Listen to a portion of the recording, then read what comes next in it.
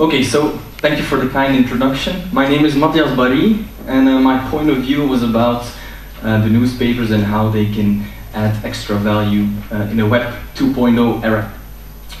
Okay, this is remote control. So, okay. What every good marketeer should do in the beginning is, well, basically our job is to fulfill needs. And in order to fulfill needs, we need to identify the needs.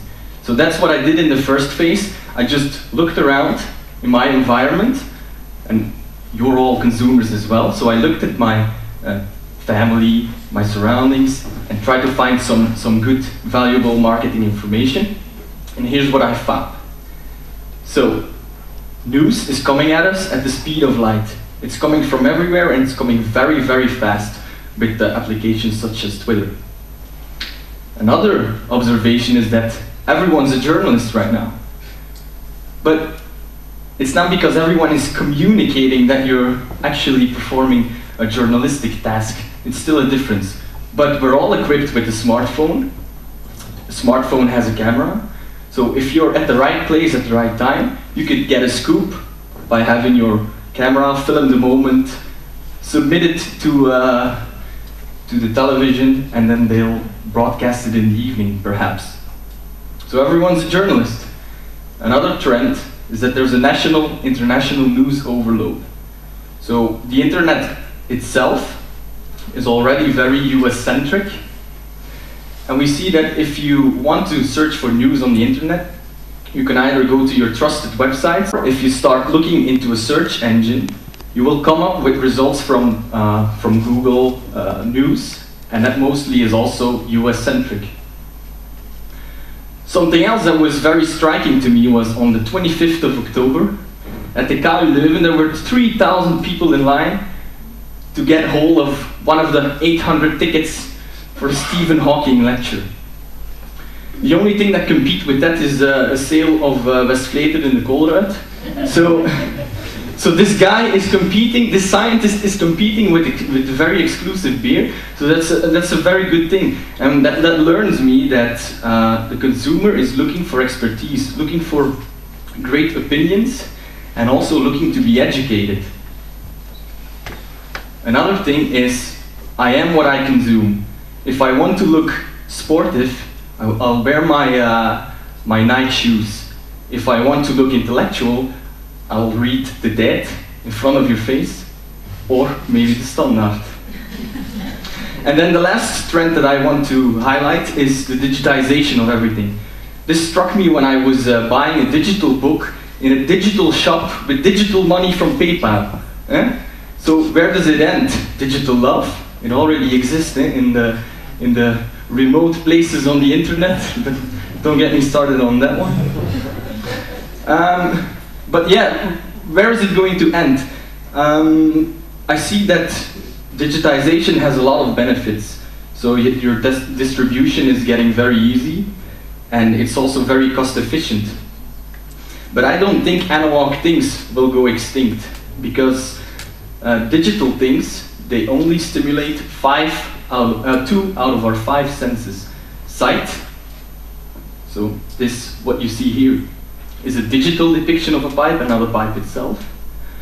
Hearing, an MP3, it's not Britney Spears that you're hearing, it's zeros and ones that you're hearing. But then you still have 3 senses left, being the smell, being touch, and being the taste. And unless you like eating your newspaper, it means that there's still 2 senses that are very valuable to a newspaper, the touch and the smell.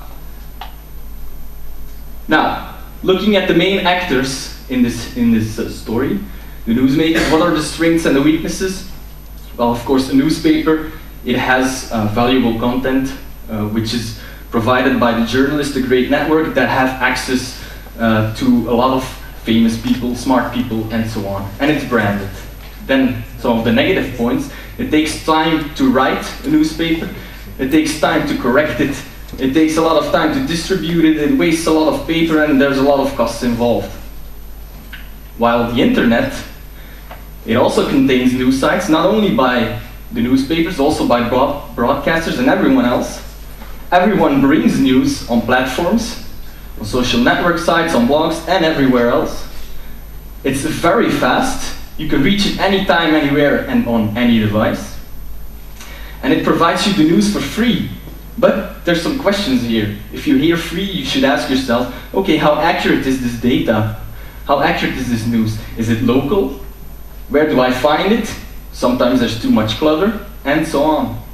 So what do we learn from all this? Some people told me to make acronyms or use expensive words to look intellectual, so I tried and did it, but I think it failed. So I'll leave it up to you. Oh, sorry, I'll try and hurry and speed up things. So, the main basic idea behind this was to maximize the strengths of the newspapers, to profit from trends, while exploiting the competitors' flaws. And what is the trend here? People are queuing for expertise and they want quality insights. The newspaper, they have access to these experts, so use it. The journalists, they write quality text and the facts are checked. While the internet's weakness is that the facts are not always checked, it's not always accurate, there's too much clutter and too much newsflash.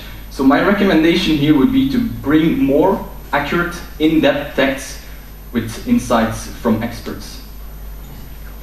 Another recommendation, based on the trend that everyone's a journalist and that there's too much international news.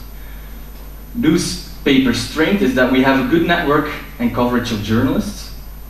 The internet's weakness is that it provides too much international news.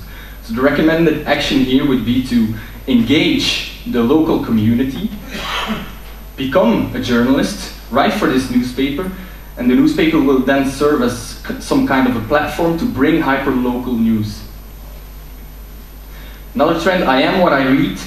The newspaper's strength is that it's well-branded and visible. The internet's weakness is that it's less branded and not visible. Imagine someone with a newspaper of the Standaard on the train. You see that it's branded, but someone with an iPad, he may be reading the Standaard or playing Pokemon. You don't know. So the recommended action is keep on branding, showing off with the Standaard should make us look intelligent.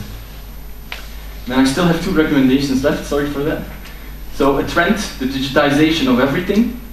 Newspaper weakness is expensive paper and printing costs, and that's one of the internet's strengths, that they don't use paper and there are not printing costs. So my suggestion here would be to adapt to the trends in order to keep up with the internet, and so go multi-platform. This way the newspaper can be read anytime, anywhere. The Standaard saves a lot of money and it's good for the environment too. And then my last recommendation, don't get lured into a competitor's game. The trend is that there's news at the speed of light. The newspaper's weakness is that it takes time to write a good newspaper, edit it and distribute it. And the internet's strength is that it's fast as lightning. You cannot achieve this fastness unless you give in on quality. And that is something, so my recommendation is don't compete on speed. I don't know if you guys saw Basta, because there was a show by some of these comedians and they launched a fake press release and a lot of the newspapers just copy-pasted it. And that is something that cannot happen. Take your time to check the facts and don't compete on speed, really. So thank you very much for your time. I'll be answering any questions you have.